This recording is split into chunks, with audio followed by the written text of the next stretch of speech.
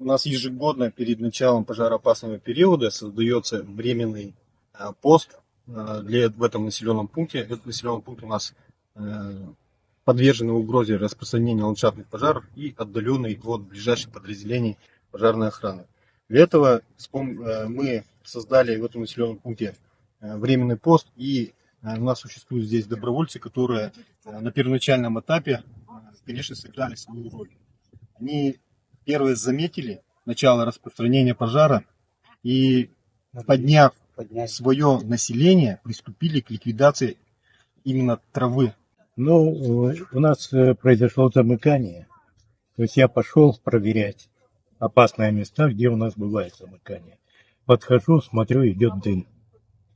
Подхожу, там уже горит трава, провода захлестнуты, то есть замыкание произошло.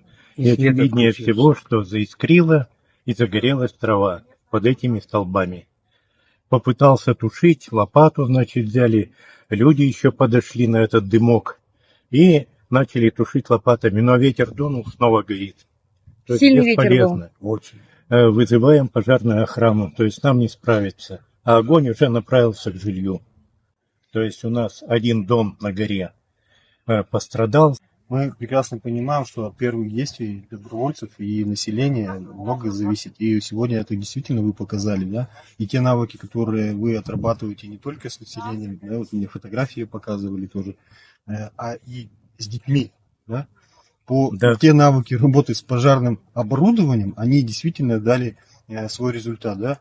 Вот дорогого стоит, когда действительно есть у нас такие люди неравнодушные и действительно, которые готовы еще защищать не только себя, но и своих соседей. Спасибо вам огромное за ту работу, которую вы проделываете. Действительно, самое дорогое, что у нас, слава богу, что не было жертв. Да. Вот это самое главное. Особая благодарность, конечно, пожарникам. То есть МЧС была на уровне. Тут столько техники приехало. Конечно.